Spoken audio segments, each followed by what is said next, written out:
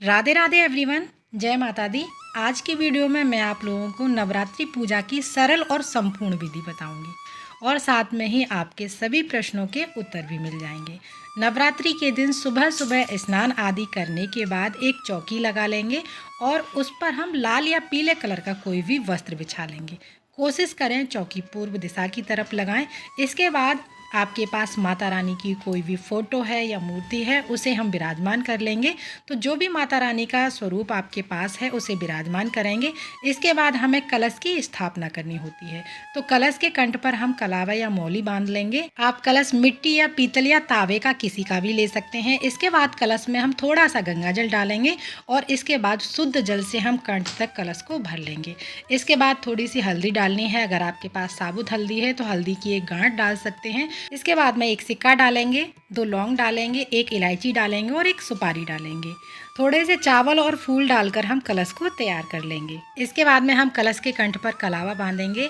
इसके बाद हमें आम के पत्ते लेने हैं और रोली से तिलक कर लेंगे और माता रानी के सीधे हाथ की तरफ थोड़े से चावल रखकर हम अष्टदल कमल बना लेंगे।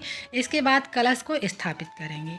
इसके बाद हमें नारियल लेना है। तो नारियल पर हम चुनरी या कलावा जरूर से लपेटें, या आप चाहें तो लाल रंग का कपड़ा भी लपेट सकते हैं नारियल पर। अगर आप चुनरी लपेट रहे हैं तो उसके ऊपर आप कलावा जरूर से लपेटें, जिससे वो चुनरी और कपड़ा खुले ना। तो कलश पर आम के पत्ते सजा देंगे। आप चाहें तो आम के पत्ती या आम की टहनी भी ले सकते हैं। आम के पत्ते अगर आपको नहीं मिलते हैं तो आप अशोका के 5 या 7 पत्ते भी ले सकते हैं। कलश पर चावलों से भरा एक पात्र रखेंगे। कलश पर रोली से हम स्वास्तिक बना लेंगे। तो पूर्ण स्वास्तिक बनाना है हमें और माता रानी के सीधे हाथ की तरफ अष्टदल कमल बनाएंगे चावलों से और उसके ऊपर हम कलश को स्थापित करेंगे। हमें हरा नारियल लेना है और कलश के ऊपर स्थापित कर देना है। तो हमारी यहाँ पर जो कलश की स्थापना है वो माता रानी के सीधे हाथ की तरफ करनी होती है और कलश की स्थापना हो चुकी है। तो अब हम ज्वारे बोएंगे। तो ज्वारे बोने के लिए आप चाहें तो कोई भी मिट्टी का पात्र ले सकते हैं या आप घर का कोई भी बर्तन ले सकते हैं। उसको अच्छे से साफ कर लीजिएगा और उसमें मिट्टी भर लेंगे। मिट्टी में कोई कंकड़ पत्थर नहीं होने चाहिए। साथ में ही हमें जो ज्वारे लेने हैं वो एक नाइट पहले ही भिगा देने हैं, तब आपको ज्वारे बोने हैं। तो इस तरह से हमें ज्वारे बोने के बाद में जिस पात्र में आपने ज्वारे बोए हैं उस पर हम चंदन और रोली से तिलक कर देंगे और माता रानी के सामने आप ज्वारे स्थापित कर सकते हैं या आप कोई टेढ़े हाथ की तरफ भी ज्वारे स्थापित कर सकते हैं, क्योंकि सीधे हाथ की तरफ तो हमें कलश की स्थापना करनी होती है। बहुत सारे लोग ज्वारे बोते हैं, उसी के ऊपर कलश की स्थापना भी करते हैं। आप कलश की स्थापना अपनी सुविधा अनुसार कर सकते हैं। अब हम गणेश जी की स्थापना करेंगे। तो थोड़े से चावल रखकर हम गणेश जी को विराजमान करेंगे। जो भी आपके मंदिर में गणेश भगवान हैं उन्हीं को हमें विराजमान करना है। साथ में ही हम नवग्रह की स्थापना करेंगे। कुछ लोग नवग्रह बनाते हैं नवरात्रों में, कुछ लोग नवग्रह नहीं बनाते हैं। अगर आप नवग्रह नहीं बनाते हैं तो आप इसको स्किप भी कर सकते हैं। तो 9 ढेरी हम चावलों की लगाकर उसके ऊपर सुपारी रख देंगे। तो इस तरह नवरात्रि के दिन सुबह सुबह चौकी लगा लेनी है और स्थापना के बाद हमें चौकी बिल्कुल भी नहीं हिलानी है। जहां आपने चौकी लगाई है पहले दिन, रोजाना हमें उसी चौकी पर पूजा अर्चना करनी होती है। तो पूजा अर्चना हमें किस प्रकार करनी है, तो चलिए आगे की वीडियो भी हम शुरू करते हैं। सभी को स्नान ध्यान कराएंगे, यानी जल के छींटे लगाएंगे।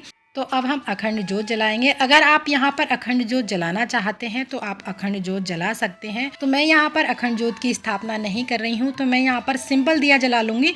और अगर आप अखंड दिया जला रहे हैं तो आपको आरती के लिए अलग से दिया जलाना होगा। तो हम देसी घी का दिया जला लेंगे। इसके बाद में सभी को वस्त्र स्वरूपी कलावा समर्पित कर देंगे। माता रानी को चुनरी उड़ा देंगे और नवग्रह जो हमने स्थापित किए हैं उनको भी हमें कलावा समर्पित करना है। इसके बाद सभी को रोली का तिलक समर्पित करेंगे।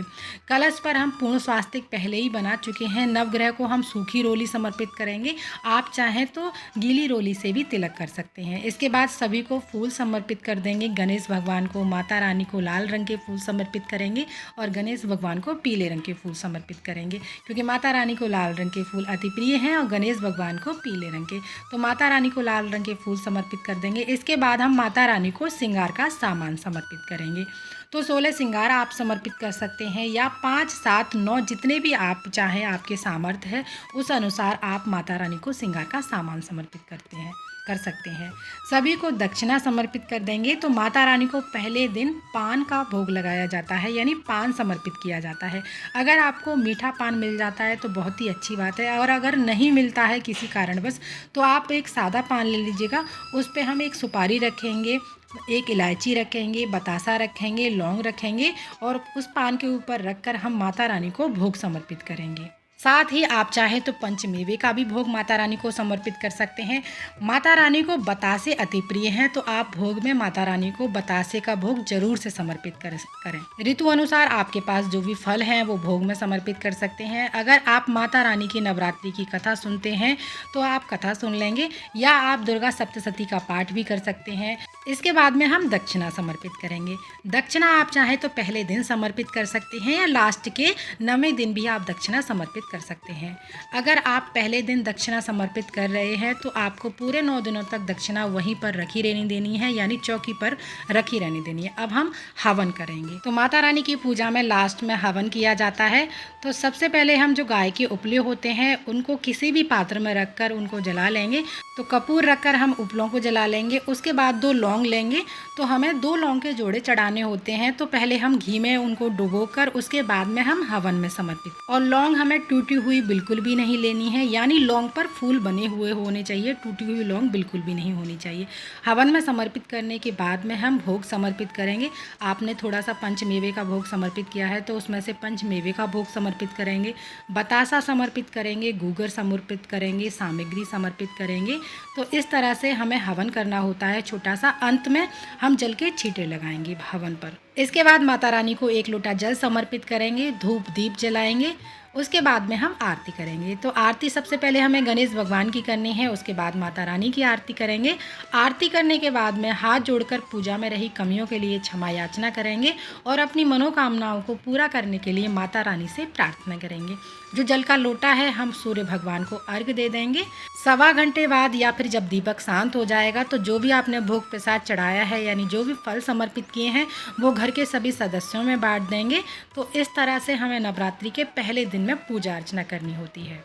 और शाम को भी हमें इसी चौकी पर दिया जलाना होता है। तो जो भी आपने फूल पत्ते माता रानी को समर्पित किए हैं वो चौकी के पास से हम शाम को साफ कर लेंगे। उसके बाद में दिया बाती करेंगे। और शाम को भी हमें माता रानी को भोग समर्पित करना होता है।